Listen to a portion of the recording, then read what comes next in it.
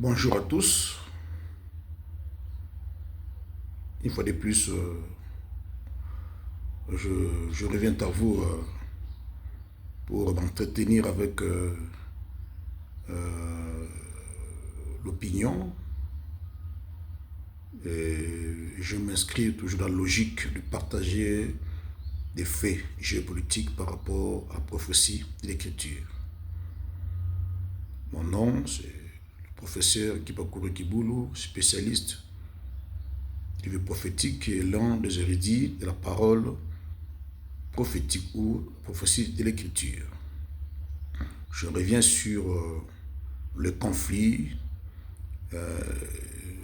arabo-israélien ou le conflit, si vous voulez, entre les Palestiniens et le peuple juif. C'est un dossier, un sujet, une question d'actualité le plus complexe des relations internationales. Et beaucoup d'experts, beaucoup des analystes, beaucoup de spécialistes en question de matière de politique internationale se noient, se sont noyés, se noient dans ces dossiers. Ils en expliquent, ils en parlent, ils font des analyses, ils mettent en place des livres, ils font des documentaires, ils passent devant l'ensemble des Nations Unies, ils plaident de passer par là à travers des capitales occidentales. Il y a les peuples palestiniens qui font la résistance, la lutte armée. Il y a la droite israélienne incarnée par Bibi Benjamin Netanyahu qui use de la Pax israélienne pour essayer d'imposer la paix par l'usage de la force. Il n'y a pas d'issue. Vous voyez, tous se noient. Nous avons aujourd'hui ou depuis des spécialistes qui s'inscrivent dans la logique du droit international et se noient. Vous voyez, c'est comme s'ils prêchent dans le désert. Alors que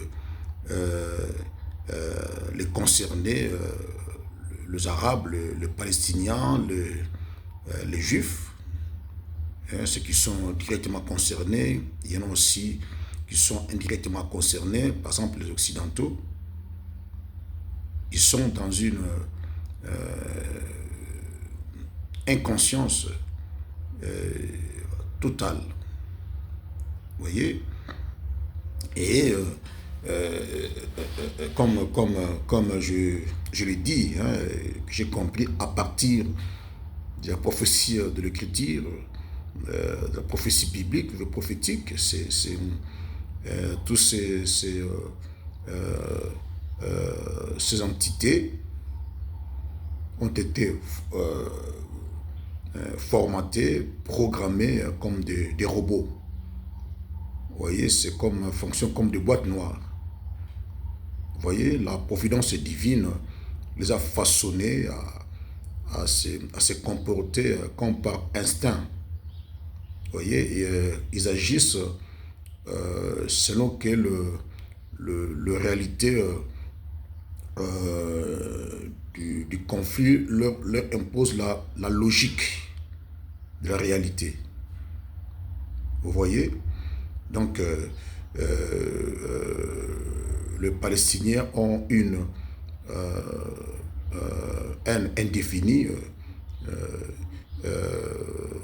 du peuple juif, et le peuple juif aussi a un mépris indéfini du peuple palestinien. C'est ainsi que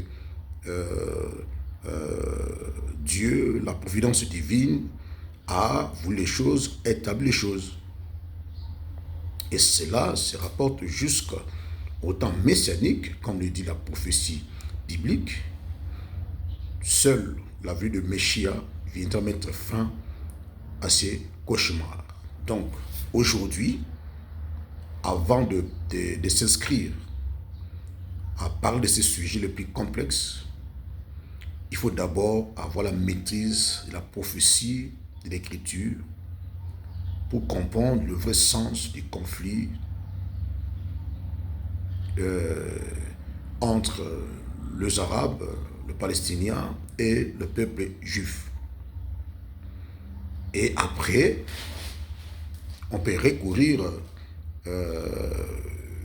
aux faits géopolitiques pour, je dirais, compléter matériellement.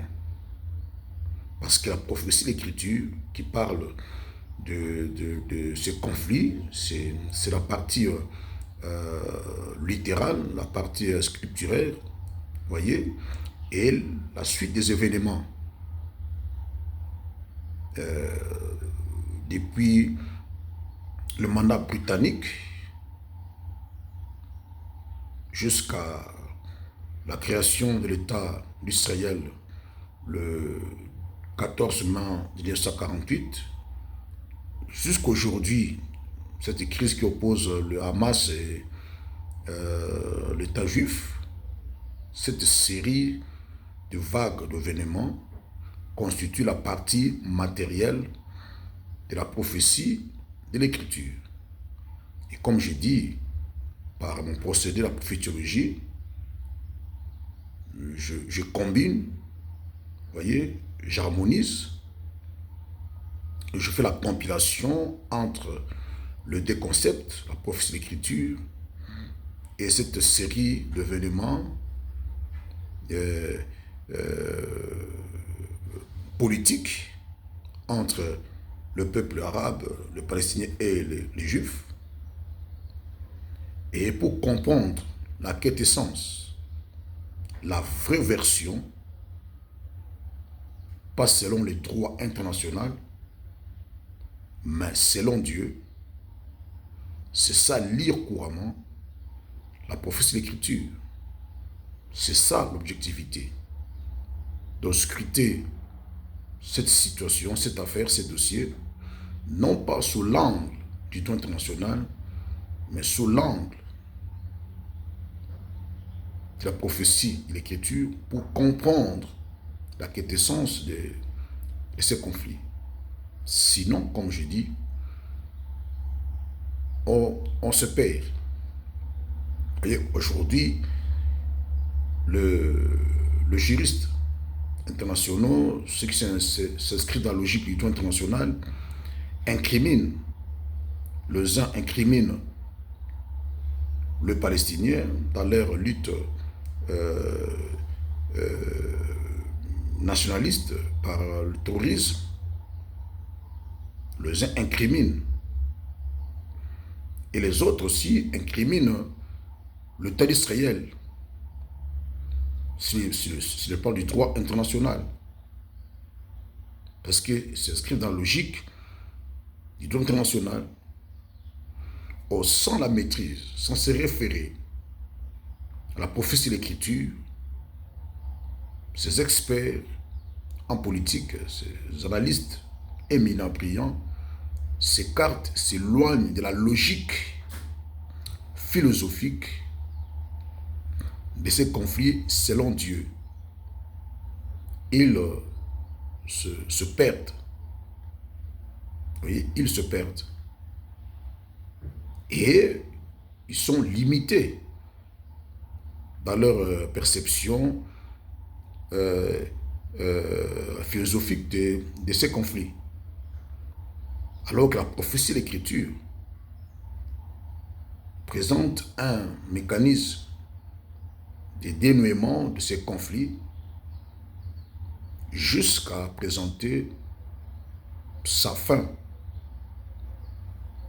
Humainement parlant, c'est un conflit interminable.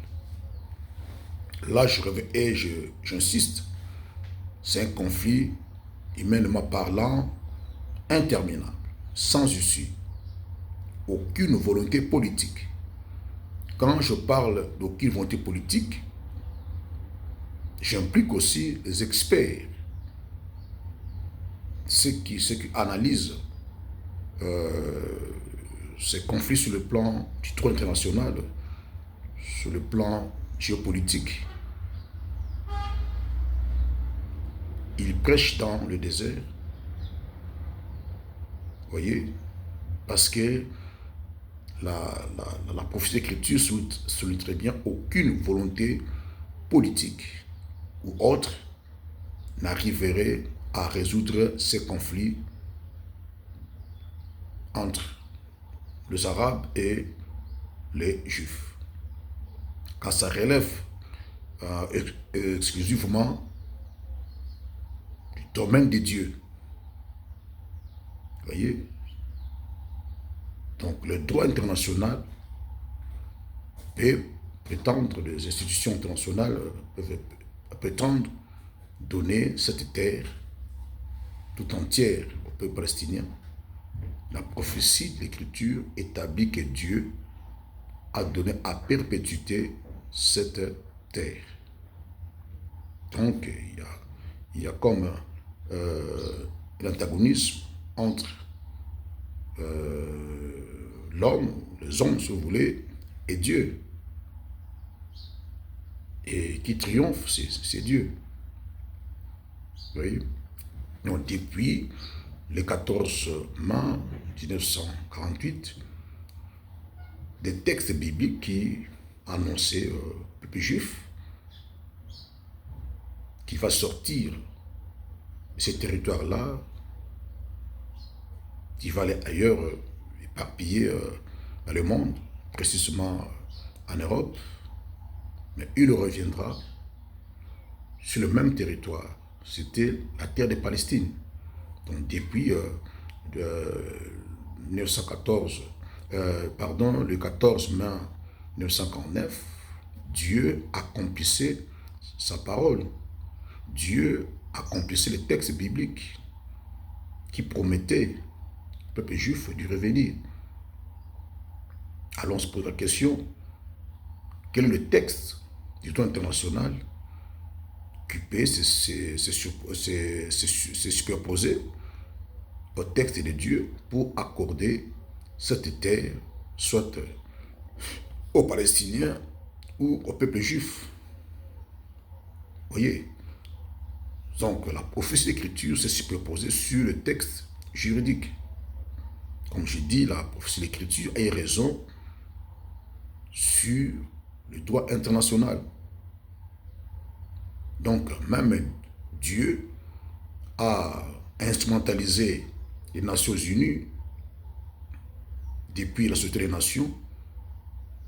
Vous avez vu comment les Nations Unies avaient accompagné, moi je dirais miraculeusement, prodigieusement, le peuple juif pour la consolidation du nouvel État juif depuis 1948 jusqu'à aujourd'hui.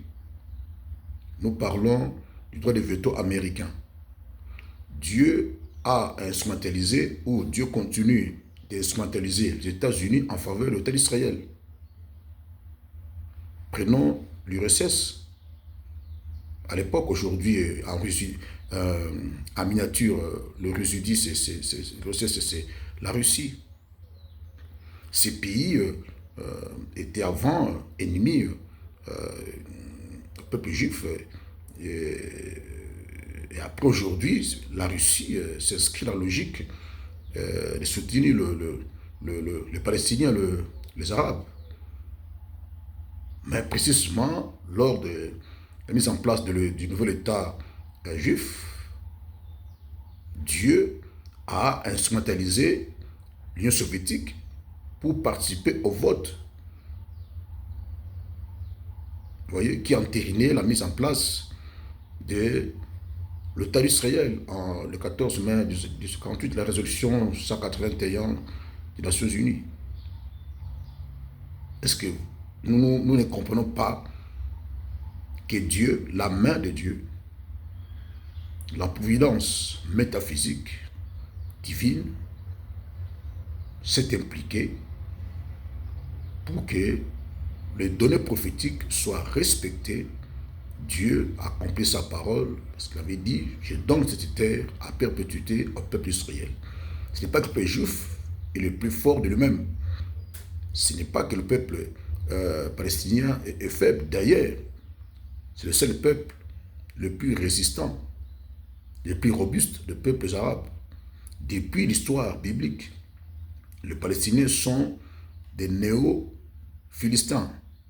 Le seul peuple dans le passé que les Juifs ne pouvaient pas se disposer. Vous voyez, les Palestiniens sont les descendants de cette race-là, le Philistin. Donc, le Philistin, selon la prophétie de l'Écriture, le Philistin moderne, le Palestinien, vont faire face, vont tenir tête, vont les moyens des bords, même rudimentaires, l'intifada 1, l'intifada 2, avec des pierres, des bords, ils vont tenir face au peuple juif. Il y a une armée sophistiquée parmi le meilleur au monde, Tzal, le service secret comme Mossad, comparé à la CIA et tout consort. Le peuple palestinien va résister au peuple d'Israël jusqu'à la Troisième Guerre mondiale qui coïncide avec la venue de Messia. C'est à cette période-là, Tzal, comme dit la prophétie d'Écriture, Tzal ne pourra plus se défendre comme il faut aujourd'hui. Aujourd'hui, Tzal entre à Gaza, il va entrer à Rafah, avec la supériorité militaire est-elle par Dieu lui-même. Les Juifs ont eu raison sur le peuple palestino-arabe. Mais cette supériorité militaire prendra fin à la venue de Messia. C'est quand c'est la parole de Dieu. Vous voyez, l'Israël sera plus en mesure de se défendre. C'est alors qu'ils vont aller, j'insiste, vers le monde du temple, comme ils le font déjà les Juifs. Parce que les Juifs réalisent que la droite israélienne, sur qui ils comptent, bien malgré sa politique dure, hein, la Pax israélienne, ces gouvernements n'arrivent pas à protéger comme il faut les populations juives du terrorisme arabe. Et de plus en plus, les peuples juifs comprennent qu'il faut se référer aux promesses faites à Moïse d'envoyer un libérateur, le Messie. Voilà pourquoi ils affluent sur le mont du temple pour faire des prières à l'appel de la descente de Messia. Mais cette descente ne se fera pas parce qu'il pleure plus. Il y a un calendrier, un mécanisme qui va conduire à la venue de Messia, précisément lors de la Troisième Guerre mondiale. C'est cette période-là, messianique, le Messia mettra fin au conflit israélo-palestinien. Et dans ce temps messianique-là, le Palestinien et les Juifs vont se réconcilier, ils vont se mettre ensemble, tout comme les Ukrainiens vont se mettre ensemble avec le Russe, le Congolais avec le Rwandais. Donc, ce sera la réconciliation non seulement nationale juive dans la région du Grand Orient et dans le reste de la planète. Car les valeurs judaïques seront universalisées, seront internationalisées et va servir des bases de réconciliation internationale. C'est ce qu'enseigne la parole de Dieu. Et je suis convaincu parce que je suis à la loupe la courbe d'évolution de l'humanité, le mécanisme, je vois la véracité de preuves matérielles sur le terrain qui me pousse à être convaincu que la prophétie de l'Écriture présente une vérité exclusive et que la suite va se matérialiser tel que cela est mentionné dans la Bible. Donc, un point très capital, il est important aux experts internationaux de faire recourir aux érudits de la prophétie de l'Écriture pour comprendre le sens de ces conflits et le fait géopolitique seront comme des ajoutes qui vont compléter la partie c'est la partie matérielle qui va compléter la partie scripturaire pour rendre complète la prophétie de l'écriture, la rendre lisible, voyez, illustrative. Et ça va nous permettre d'avoir une lecture courante. Voyez, c'est comprendre le tenant et les aboutissants, non selon le point de vue humain des experts, mais c'est le point de vue de Dieu. Vous voyez, par exemple, quel est le sens que la prophétie donne dans ces conflits israélo-palestiniens. Donc, ce bout de terre, la prophétie, elle a même déclaré que c'est la zone la plus turbulente de tout le coin du monde. Elle est comme ça, pourquoi? Parce que Dieu en fait en réserve. Dieu en fait le levier, la gâchette de la Troisième Guerre mondiale. Parce que les nations vont converger pour attaquer d'abord Israël, à la descente du Christ, du Messie. Les nations vont se battre entre elles. Commencera le millénium et après la guerre de Magog et de Magog. Vous voyez, voilà pourquoi je dis la Russie va vaincre cette guerre en Ukraine, parce que les États-Unis veulent en finir avec la Russie. Or, la Russie a été annoncée dans la prophétie d'écriture. Nous en savons, il y a des mots, Roche, Russie, Méchec, Moscou, vous voyez, qui va participer aux 2 guerres mondiales restantes dans l'épicentre et l'État d'Israël dans le siècle très éloigné. Vous voyez, donc c'est ça lire couramment. La prophétie de l'écriture, c'est comprendre la quintessence, pas par rapport aux aspirations, aux appréciations intellectuelles. Mais les appréhender selon la vision, la pensée de Dieu. C'est ça lire couramment, de peur qu'on sort de la logique de Dieu, comme il est le cas aujourd'hui. Donc, on incrimine à tort et à raison l'État israélien, le palestinien, sans comprendre la quintessence de cette affaire. Voilà pourquoi je multiplie les vidéos pour attirer l'attention de l'opinion que nous approchons à la venue de Messia. Nous approchons, parce que la Bible déclare qu'il est proche, le temps est proche. Les événements mondiaux nous approchent. Vous voyez? Donc c'est très important. Je vais encore revenir faire une vidéo par rapport aux accords d'Abraham. Je vais expliquer les accords d'Abraham, bien que ces accords qui constituent la source de tous ces événements du 7 octobre 2023, mais le rapprochement entre Israéliens et Arabes ne se fera pas dans un cadre purement politique ou économique qui est les accords d'Abraham. Il y aura un autre accord, ce que j'appelle le dialogue interreligieux, qui se réunit à Astana, déjà la capitale d'Azerbaïdjan. C'est dans ce cadre-là que les Arabes et les Israéliens vont se rapprocher. Dans ce cadre-là, il y aura la reconstruction du troisième temple. Vous voyez, qui sera qui va germer un différent religieux qui sera la gâchette effective de la Troisième Guerre mondiale. Donc je reviendrai dans une autre vidéo. Donc je peux revenir sur ça, un élément très important.